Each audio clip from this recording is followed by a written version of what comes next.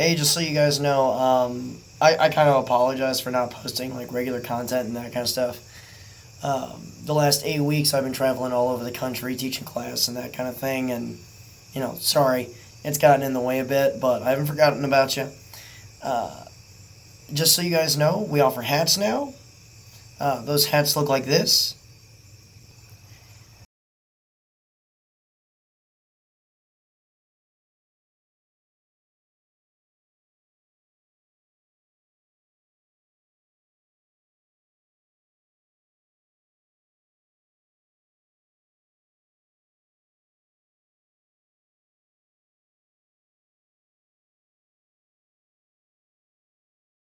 Anybody that wants to run around with a little bit of friggin' regular guy swag and that kind of stuff, you can go to the link in the description below with all the other links that we have. It'll be the one at the very top, so that you guys can go ahead and check that out.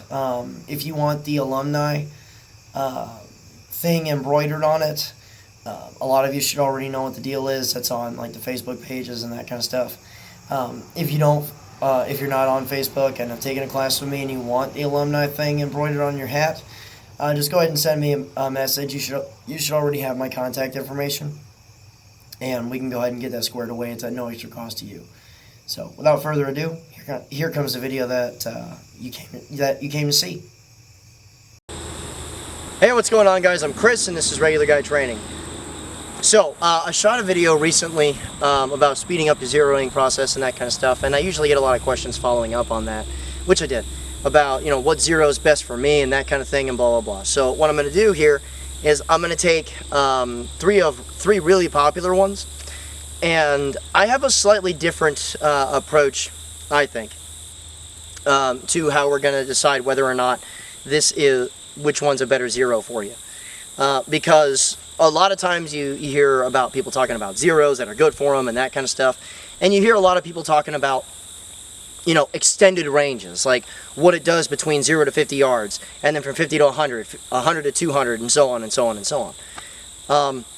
Here's the deal though, that conversation I believe is relevant to a lot of dudes that are on the street, like cops and whatnot, and it's also really, really relevant to a lot of dudes that green suit and do shit like that. In which case you have to teach a lot of reduced zeros because of how their zeroing ranges are, blah, blah, blah, blah, blah. Point is that we get a lot of talk about what they do at distance, but what do they do up close? And realistically speaking, the vast majority of the people that are sitting here watching this, okay, are going to use this in a house, right? And so here's the thing.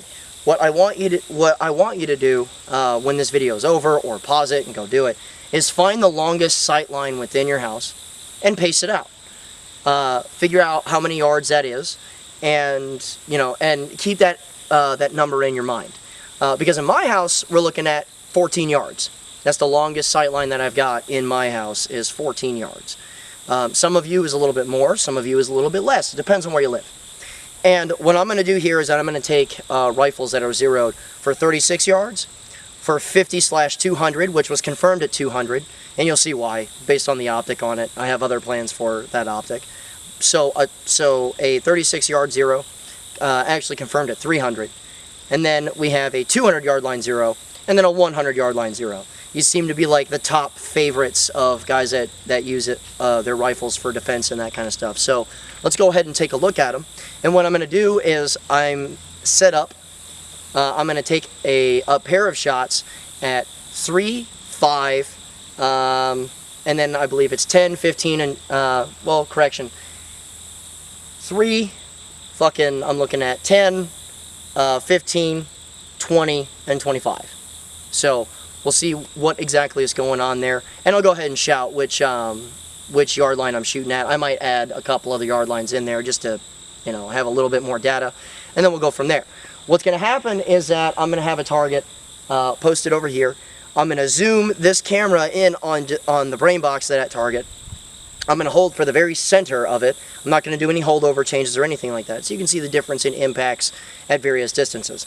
What I'm trying to do is essentially make them touch at those various distances. So let's go ahead and get at it. Alright, so we got our camera set up here, and what we're going to start with is we're going to start with a 36-yard line 0, confirmed at 300, hitting center to center. And what I'm going to do is I'm going to go ahead and break 3 shots at the 3-yard line, and then I'll start to step backwards as we go. So here we are.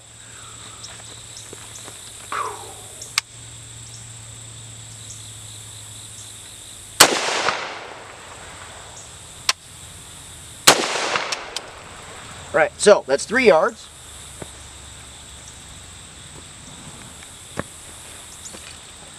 We're at 5 now.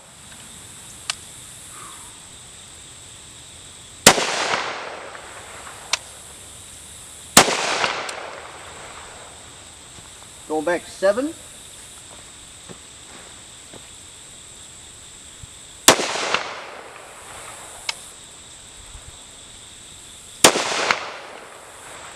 Let that one get away.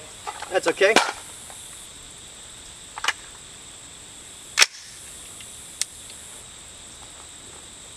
We're at the 10-yard line now.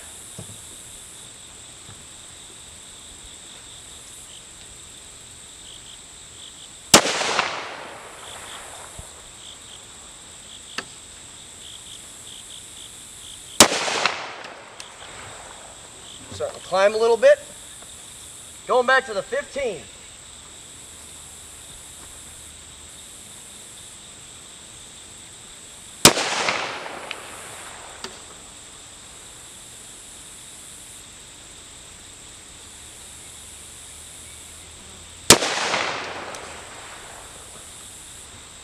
Back to the 20.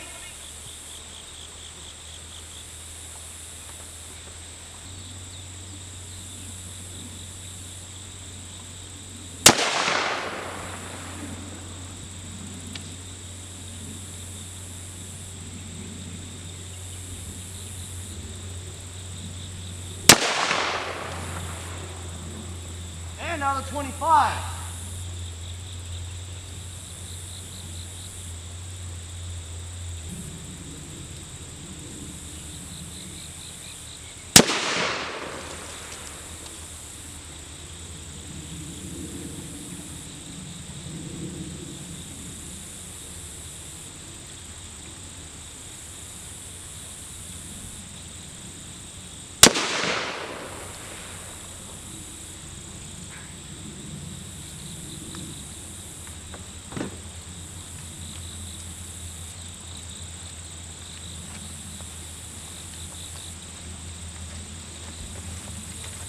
Alright, so as we can see, we kind of steadily climbed up here. There were a couple of human errors in there. This one was kind of a healed shot, and this one obviously got away from me a little bit.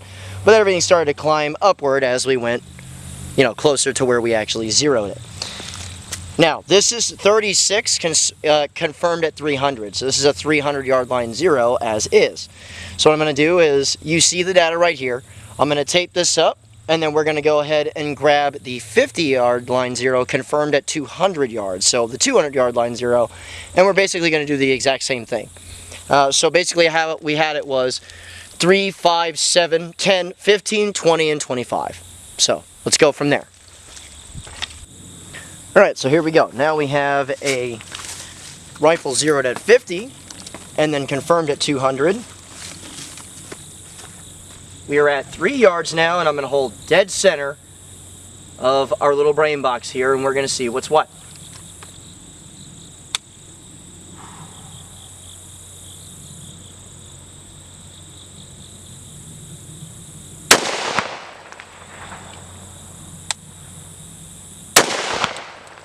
Okay, so that's at 3, going back to 5.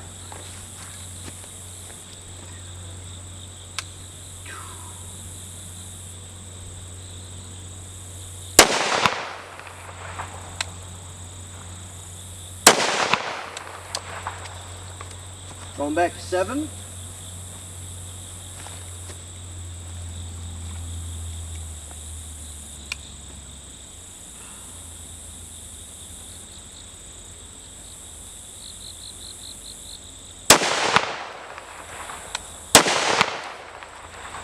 Going back to 10.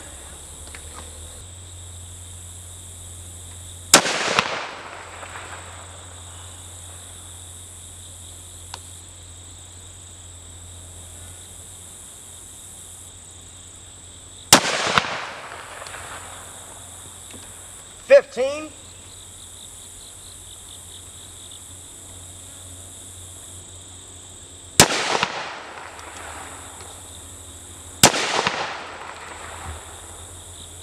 $20.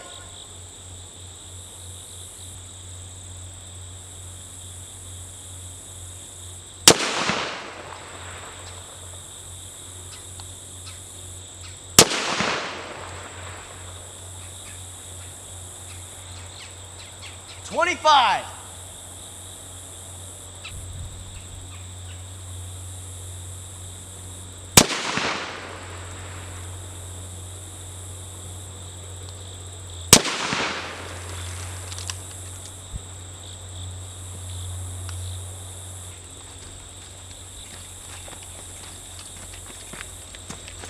Alright, so we saw a similar amount of climbing, a little bit less left and right stuff. Again, there was a little bit of human error stuff in there.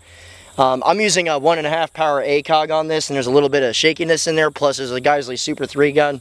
So if you hadn't noticed, the shots between those were like way slower because I'm trying to not jump the gun and be stupid with it. But you can see the results as they are.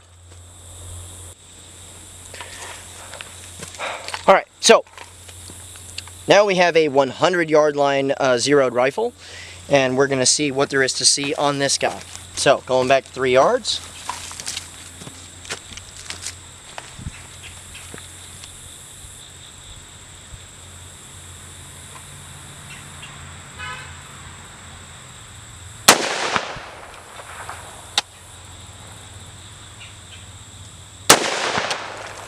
Okay. Taking it back, 2 more. At 5.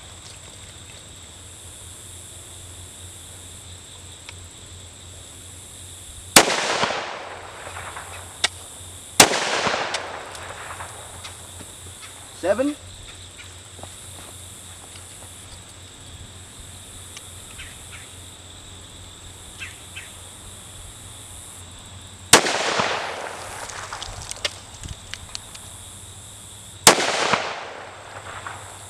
Ten.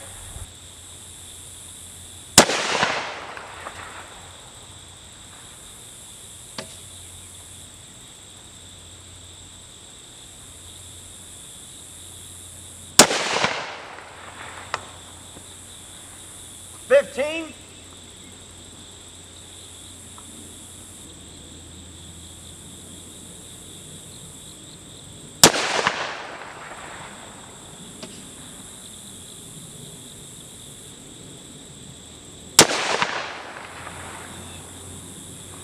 $20.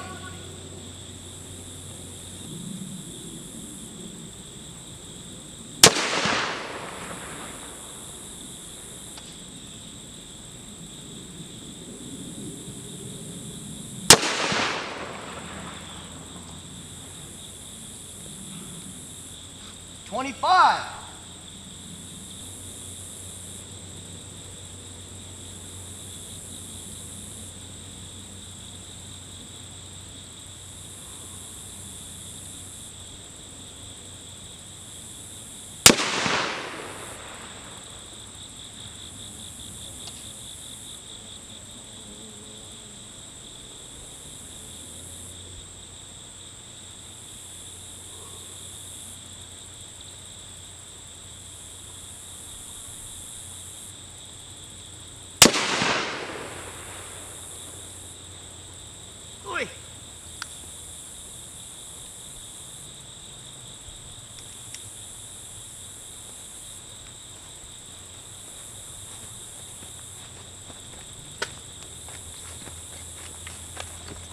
So what's interesting about this is that there is some climb in there, but there ain't a whole lot. It holds itself actually pretty far low compared to everything else. So, after shooting this, let's go ahead and have a discussion about it. Alright, so let's chat here, right? As we saw on all 3 of these, now there are going to be little variables here and there, depending on, you know, height of the mount, type of zero you've got, line of sight that has to deal with height over bore, that kind of stuff. Like, and you can tell that these are basically 3 completely different rifles as far as what I ended up having to use. Like, I have a heavy as shit M forgery that's really, really, really army and whatnot with a military trigger in it. Freaking this guy, and that was zeroed from 36 to 300, confirmed at 300. This was zeroed at 50, confirmed at 200. You could tell that the mount on this is slightly higher than lower 1/3, and it's got a fucking Geisley in it, and that's like the medium weight rifle. It's got a different extension than it too. And then my wife's rifle, which was zeroed to 100, and it's the lightweight enhanced. So just the fact that it is stupid light, it'll fuck you up a little bit too. And there's an ALG ACT in here. So like 3 different trigger pulls, 3 different weights, that kind of shit. I mean, obviously all 3 of those is one of those things that you have to adjust to on the fly. There's a little bit of variance here. The heights of the mounts play a little bit into it too, because my M forgery down here, that's got a shade of absolute co-witness, right? This has a different, this is also an absolute, but they're not all equal as far as height sometimes, right? And then you have this guy. So the point of all of this is, right, there are little variables in it here and there. But as far as using this in a house is concerned, which is the vast majority of us, right, they're all going to shoot low. So what does it boil down to? Know your damn holds, okay? Know your holds. Know how to get those bullets into the squishy stuff, okay? Because if you can get it in up here, you can get it in up here, or down here rather. So know your holds. Know how your rifle acts as far as how it pertains to your zero and all of that jazz, as far as like your optic mounts. Know how your irons work and that kind of thing. If you need to learn that, we can teach you. And then from there, it's kind of a whoever wants what type of deal, right? Because with a 36 yard line zero confirmed at 300, I don't really have to make hold changes unless it's between 100 and 180, 190, that kind of thing, like the 200. More like 175, because it starts to shoot a bit high, right? Like if I'm trying to hit a guy in the heart, I need to hold like way down here, like, you know, down there. Solar plex region, right? What I prefer most of the time is a 50 yard line zero confirmed at 200, because it's the most common rifle range distance that you can get, number one. And number two, if we're talking about things in relation to a 10-inch target at those distances, right? At 100, I'll have to hold at something like the teeth area, the jaw, to hit them where I want to. At 200 square and 300, I have to shade them a little bit high, like towards the forehead, near the hairline, that kind of thing, if we're talking about an AR. And the reason why I use a 10-inch target is, if we're talking about those extended distances, we're talking about, you know, we're still talking about shooting people. And at those distances, people tend to take cover. And when those people take cover, generally speaking, all they have exposed is their rifle and their friggin' face, and that's only because that's what that face is attached to, is the stock of the rifle. So from 0 to 300, it's easy to shade at 300 and make the difference. But I also tend to view things from the point of view of iron sights, right? At 100, if I'm holding low and I'm trying to take a precise shot, it's easier than holding high because I don't have iron sight obscurity, right? At 300, it's significantly more challenging, okay? And even still, you can make it happen at those distances. See what I'm getting at here? But a 300 yard line zero could be very easily serviceable for any of those distances. All you have to do is just know your dope, really, or data on previous engagements, or, you know or in shorter terms, or more dumb guy proof terms, right? It's know where it hits at specific distances and be sure of that. Also be sure of that in different locations, at different elevations, at different times of year, right? So realistically speaking, what's best for you?